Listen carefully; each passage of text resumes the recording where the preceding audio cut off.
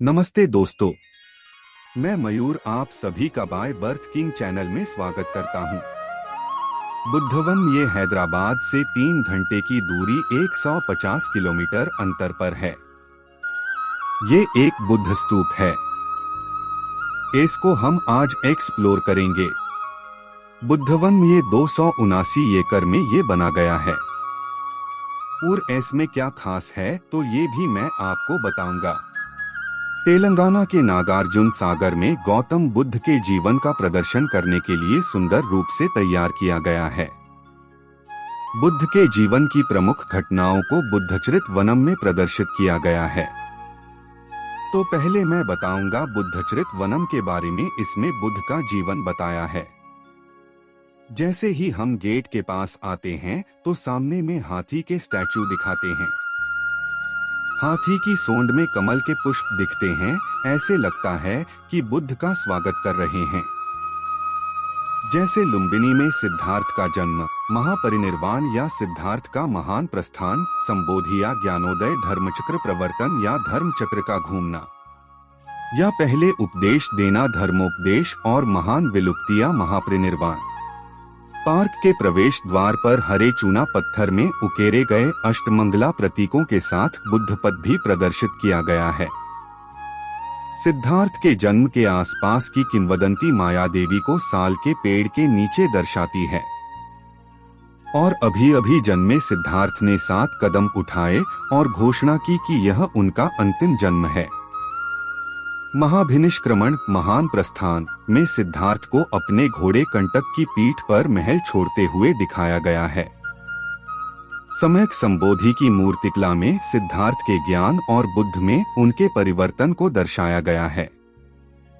बुद्धगया में बोधि, पीपल वृक्ष के नीचे बुद्ध ध्यान मुद्रा में विराजमान हैं।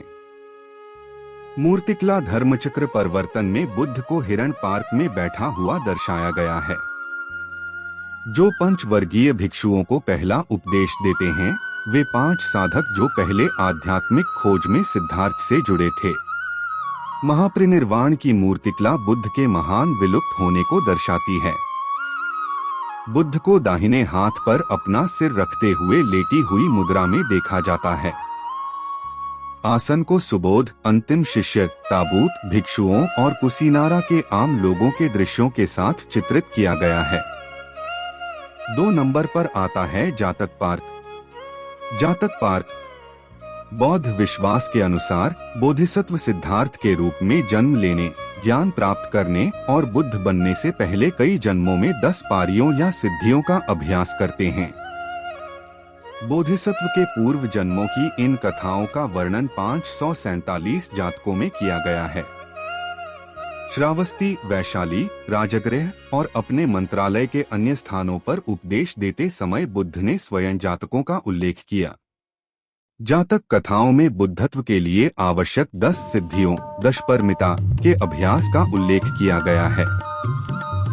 सिद्धियां हैं उदारता, दाना, सदाचार, शिला, धैर्य, शांति, साहस, एकाग्रता, ध्यान, बुद्धि, प्रजना, त्याग, सत्य, प्रेमपूर्ण दया, करुणा और समानता। सुप्रसिद्ध महाहंस जातक कथा में भी सही शासन या दास राजधर्म के सिद्धांत का वर्णन किया गया है।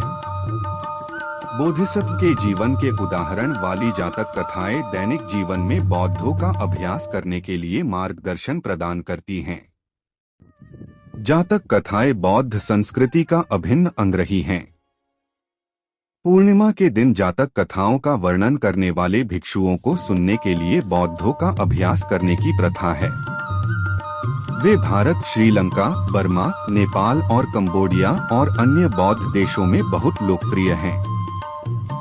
मूर्तियां बुद्ध के पिछले जन्मों की कहानियां बताती हैं। भारत में गांधार, मथुरा और कला के अमरावती विद्यालयों में जातक कथाओं को चित्रित किया गया है। पार्क में कलिंग, घाट पंडिता, महापादुमा, महाहंसा, सिबी, मतंगा, शंखपाल, विदुर पंडित शामिल हैं। 3 नंबर पर आता है स्तूप वनम। उसी को लघु स्तूप पार्क बोलते हैं। स्तूप वनम। स्तूप वनम में भारत और दक्षिण पूर्व एशियाई देशों के बौद्ध स्थलों से लघु स्तूपों, प्रतिकृतियों को प्रदर्शित करता है। भारत के विभिन्न भागों जैसे सांची, सारनाथ, अजंता, कार्ले और माणिक्यला तथा अन्य देशों के स्तूपों की प्रतिकृति प्रस्तुत करने का प्रयास किया गया है। 4 नंबर पर आता है अवोकाना बुद्ध स्टैचू। अवोकाना बुद्ध। श्रीलंका सरकार ने श्रीलंका के अवोकाना गांव में स्थित मूल ग्रेनाइट की बुद्ध प्रतिमा दान की है। दोस्तों, आपको हमारा वीडियो कैसा लगा टू कमेंट्स मुझे बताएं। वीडियो को लाइक करना ना भूलें।